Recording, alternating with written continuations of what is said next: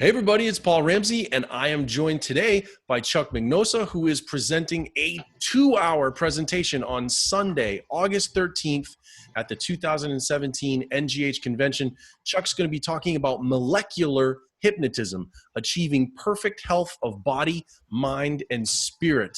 How are you, Chuck? I'm good this morning. How are you? I'm excellent. I'm outstanding. I'm glad to have you here with me. We've never met before. Tell me, how did you get into hypnotism? Well, let's see. As a kid, I was always interested in how the mind worked. And later on in life, as I saw hypnotists work, which are usually stage hypnotists, I was totally discouraged.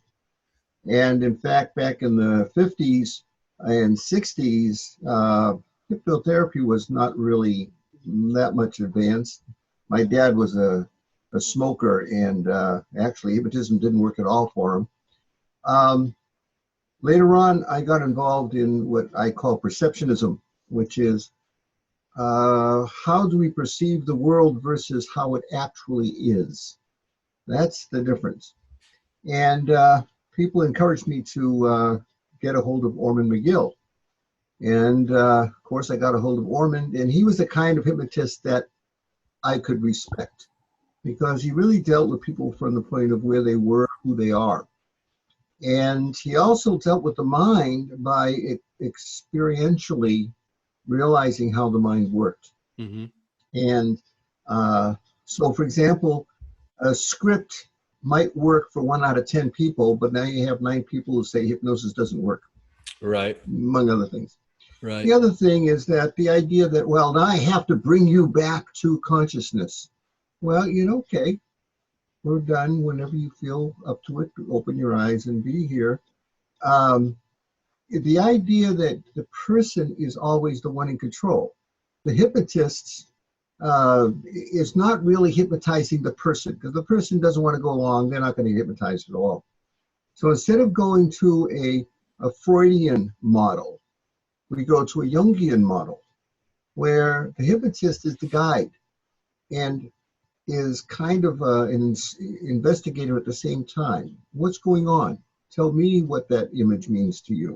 Where does that lead to? And we finally got much better results, among other things. And so as we started working together, we actually lectured in several places around the world, in England, throughout the United States. In fact, my claim to fame with Ormond is we used to do magic and hypnosis shows. And when we did Ormond's show, I was his assistant. And we did my show, he was my assistant. In fact, a few years ago, I recreated Ormond's actual hypnosis show at the Guild. And it was really fun. I'm probably the only one on the planet that can get his voice and mannerisms down. But after you work with a man for 30 years, you really get to know you. In fact, people thought we were father and son. And in many ways, he was my surrogate father. He was born the same year my father was born. Okay. But I was never close to my father. And Ormond was kind of that. As Dwight Damon says, he's a gentleman and a gentle man. Yeah. And certainly he was. Yeah. In fact, after his wife passed away, his wife told him that he'd be known more as an author than as a hypnotist. And of course, he kept writing books, and he kept wondering, why am I still here? What do I have to do to get done with this? And he passed away in November. And the next March, I was up in Sacramento with one of my partners putting together a training. And we spilled a cup of coffee on my notebook computer and wiped it out. And so now I'm Sicilian. So I would really get upset at things. In fact, when we did the year of McGill, Ormond told me that he was going to do the hypnosis show on Saturday night. And I said, how come you're performing? It's your year. And he said, well, they want me to. So I called Dwight and started yelling at him. And he said, hey, stop. Ormond called me and he said, since it's my year, I want to do the hip show. Anyway, so that's, anyway, after I spilled this cup of coffee on my computer, I dried it out, started it up, it didn't come on. So I closed it up, took out a flash drive, and I said, well, we'll work on the flash drive. My partner, who happens to be Italian, said, aren't you upset? I said, sure I am. He said, I'd be yelling and screaming. And I had to stop for a second and said, that's normally what I'd be doing. So maybe, just maybe, the reason was Ormond was hanging around wasn't for him, it was for me. Yeah, yeah. So yeah, that's my experience. And truly, hypnosis hypnosis is a tool that everyone can use, and it's only limited by your imagination and your mind's capacity to work. We only use 5 or 10% of our mind. So it's like a great void in there as to what we can actually accomplish when we learn how to use the mind.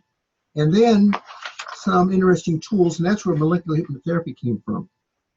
Um, Among other things, I got my first degree in chemistry with minors in physics and math, and a master's degree in statistics. But I did an awful lot of studying in uh, sociology, psychology, philosophy. And I kind of merged them together. In a way, I'm what you would call bi-brained. In other words, I see that the soft skills of people work very well with the hard skills of science. And in fact, they need to. And so you start looking at what we know from science, and then we start looking at what is actually going on in our minds, and we see how they start to wed together. And as they start to wed together, we find that there are principles that are universal. There's two kinds of laws in the universe. There's natural law, that applies to everyone and everything equally. And then there's man-made law, and that's what man puts together for the exceptions. So don't run a red light. Yeah, that's the exception, right? But natural law works the way it works. And if we start studying, a good example is electricity. Nobody knows how electricity works. It's electrons moving along a wire. But from the point at which you turn the switch on to the time the light comes on is faster than the electrons can possibly move along that wire. So we don't know how it works, but we can use it. And the way we use it is we find out where the switch is. You turn the switch on, the lights come on. So what are the things that are troubling an individual? What's the root cause? And if you touch that, then the individual has the ability to either accept that type of action or not. And so with my father, for example, he was a chain smoker. He smoked all his life. One day, and he went through everything. He went through different types of medication and hypnosis and whatnot. One day he stopped cold turkey, never smoked again. All on its own. All right, what the heck's going on? This doesn't make any sense at all. Well, in 1969, he had a massive heart attack. And I had a chance after, he was actually in the hospital for 4 months in intensive care. But I had a chance to go down and kind of go through with him, what were you like when you grew up? And he worked with his father's store and everything. He was one of 11 children. The interesting thing is that his mother, my grandmother, was only about 4'8" tall with 11 kids. And she had a rule in the house. You don't smoke in the house.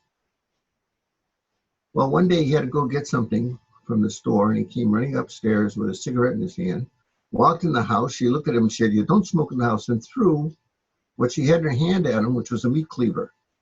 Cut him across the eye, 13 stitches. Now, the interesting thing is, 1 month after his mother passed away, he stopped smoking. Now tell me any script that would even come near to that. And there isn't one. And so when you start looking at this and start realizing, you're saying, well, how can we then use what we understand about natural law and the way things work and allow the individual to explore that area?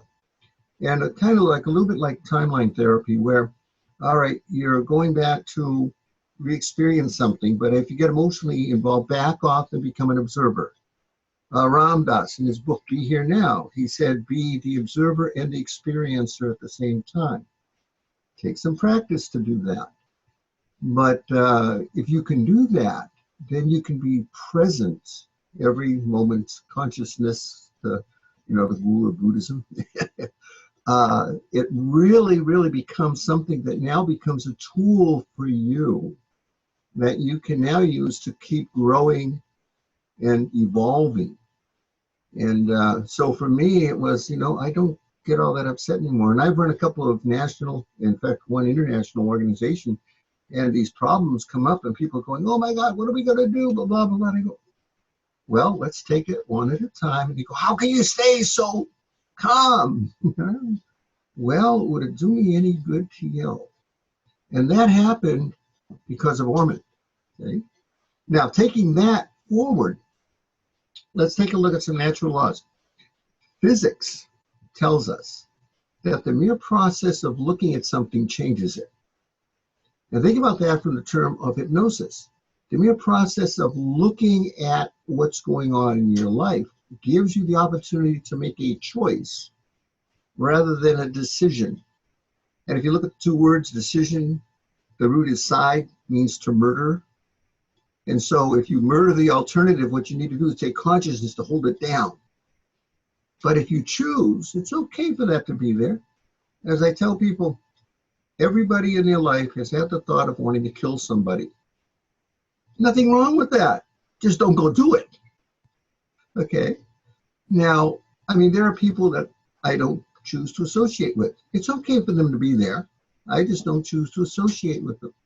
That's different than carrying a lot of energy on them to preventing them from being in your life. And it's coming to grips with those things and maybe like being comfortable in your own skin. Emotions. My mother-in-law went into a deep depression, and I observed her over a period of time. She had very, very low emotions, but they still changed. They still changed. Sometimes she had a high day, sometimes she had a low day. But even her high day was very low compared to what we have. The true nature of being here is the ability to experience a full range of emotions. And it's okay to experience them, but sometimes we run into one and it stops us. And when that stops us, then we start getting anxiety and other things. Sometimes it appears in the way we hold our bodies. Sometimes it appears in the way we respond to other people. And it's kind of like when you recognize that you're doing something, what you do is you start recognizing it after you've done it. How come I keep blowing up at those people? If you keep working on that, you start recognizing it just as it's starting to happen. Then you recognize just before it happens. And at that point, you have a point of choice. One of my other seminars is transcending the patterns that run your life. The idea that once you recognize the pattern, you can choose to keep going with it, or you can choose to go in a different direction. That's how we grow. Molecular hypnotherapy now comes into taking those concepts and the concepts of high energy physics that says the mere act of looking at something changes it, and saying, what if we were to look at, put consciousness in? And this is something where you can put consciousness anywhere in your body, anywhere in the universe. You can put consciousness on another person. I happen to be a Reiki master, and we do remote Reiki healing. And we've had some phenomenal results with people that we've done. We've never even met. But, the thing is, there is an existence beyond our bodies. As Deepak Chopra says, why do we limit ourselves to the space of a body and the length of a lifetime? There's another access there. And, we've had the experience, a person walks in the room and all of a sudden everybody's aware of them. We call it charisma, energy, whatever you want to call it, it's there. So if I were to put consciousness into a root cause of something, is it possible that consciousness would change it? Physics says yes, it will. Kind of like the Schrodinger's cat thing. Cat's in a box, you don't know whether it's alive or dead, and you don't know until you open the box, right? Right. So Right. let's open the box. So molecular hypnotherapy is based on that idea, is taking your consciousness and putting it at a root cause, whether you realize it or not, and just allowing that energy to be there and simply grow. Uh, it's kind of like learning math or anything else. You learn the rudimentary parts of it, and you find out in math, if you can put a problem in a known format, you know how to solve it. If it's not a known format, it's just a mystery. I don't know. In language, you have to learn not only the words, but the grammatical structure. And it's very difficult. I know when I was working, I had a friend who was Austrian, and he wrote this beautiful presentation, and people said, "We don't understand it. Can you help him with it?" Well, I took German as my language to get my degree. And what he did was he wrote everything in German structure, grammatical structure. So he had to take the end of the sentence and kind of put it in the middle, kind of spoke like Yoda. And so by rewriting that, all of a sudden everybody said, "Oh, this is," they knew it was good, but they couldn't figure out what it was. But now that it was written in a language that they could understand, kind of like NLP, they got to speak your language.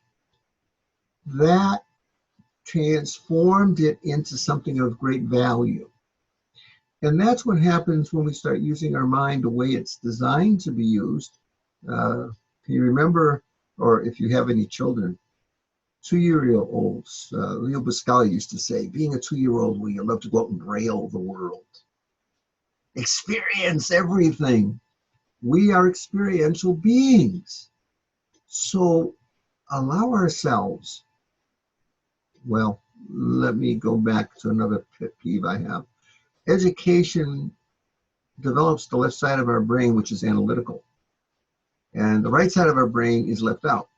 And people who use the right side of the brain, the very creative people in the world, they're thought of as being strange. I mean, take a look at a Jackson Pollock painting and say, all right, what nightmares did he have? Okay. But the brain works together. It works in concert with itself. So what happens that we start developing that right side of the brain? We start bringing into the picture, let's say, multiple points of view. Because in education, we're taught to have a single point of view. You have to do it this way. You have to know this, and you have to know that, and you have to do this. And yet, some of the greatest advances we've had are people who went their own way. Okay? So we grow up a point of view. What if we can change that to points to view instead of points of view? So one of the exercises I have in a workshop is I'll send everybody outside to take a look at a tree and come back and report on it. And you get 20 or 30 people. They come back and they describe the tree. They describe the same tree. A lot of times it's similar, but they describe different things. They describe the color of the tree, the shape of the tree, the branches and how it rolls out, the trunk of the tree and how it stands out, how the tree sets off the space that it's in. And all of a sudden, you start looking at the tree differently. You start experiencing it as a whole instead of as a single entity. And we're part of the biosphere. We're part of the whole thing. So this molecular hypnosis is based on the idea that everything starts at the atomic level. It starts down there. And if we can reach that level, then everything grows from there. Kind of like the point of awareness. You become aware of something and go, oh, wow, the world is so much different all of a sudden. Right. They become enlightened is to lighten up about, that sort of thing. So all of those things came into play as I developed my own way of looking at the world. That's how transcending the patterns that run your life came about. Sure. Okay. Sure. Releasing negativity to unconditional love and forgiveness came about out of that. Right. And molecular hypnotherapy came about that. And so that's all of that comes together in the workshop, and it's a short workshop, but we give people I have a video that I show that kind of shows the universe and the subatomic level, and you get the idea that, there's a lot of similarities in these things. And that Yeah. somehow we're part of that whole. Yeah. Yes. Hey, this has been great, Chuck. I'm actually out of time, so I got to wrap up with you. But I just want to remind everybody. So we're talking about Sunday, August 13th at 8 a.m. sharp. You can start your day with Chuck. Molecular Hypnotism: Achieving Perfect Health of Body, Mind, and Spirit. It's a 2-hour workshop. Chuck, if people want to learn more about you and what you do you have a website, or is there a way they can get in touch with you? Actually, yeah, they can reach me at Chuck M, CHUCK, M as in Mary, at ISOSYS.com. I have another website called The Way Out Is In, and everybody can't spell it. All right. Well, But we've got send me. that now. We got that captured, so they'll be able to get in touch with you. Thank Yeah. you so much for making time for me. I appreciate it. Oh, thank you for what you're doing. It All takes a right. lot of work. All right. We'll see you in August, okay? Will do. All right. Bye-bye. Thanks so much.